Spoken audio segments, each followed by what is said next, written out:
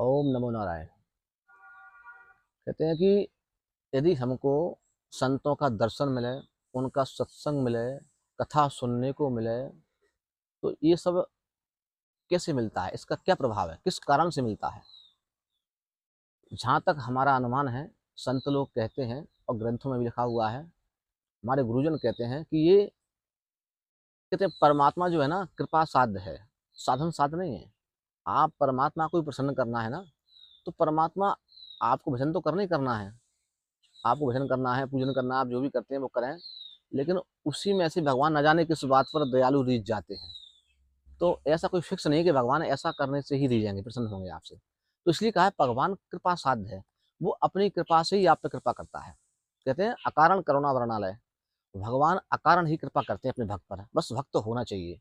भक्त का मतलब होता है, भक्त ये सोचता ही नहीं है कि भगवान मुझे कुछ दें, वो तो अकारण ही कृपा करते हैं, उनका नाम ही है ना अकारण करुणा वरणालय। और जब कोई आदमी सोच के कर्म करता है तो उसमें बीत जाता है, तो फिर उसकी चिंता उसी फल में रहती है। तो और ना मिलने पर दुख प्राप्त होता है उसको। यानी कि जो फल की इच्छा रखता है वो भक्त कैसे हो सकता है? ठीक है ना?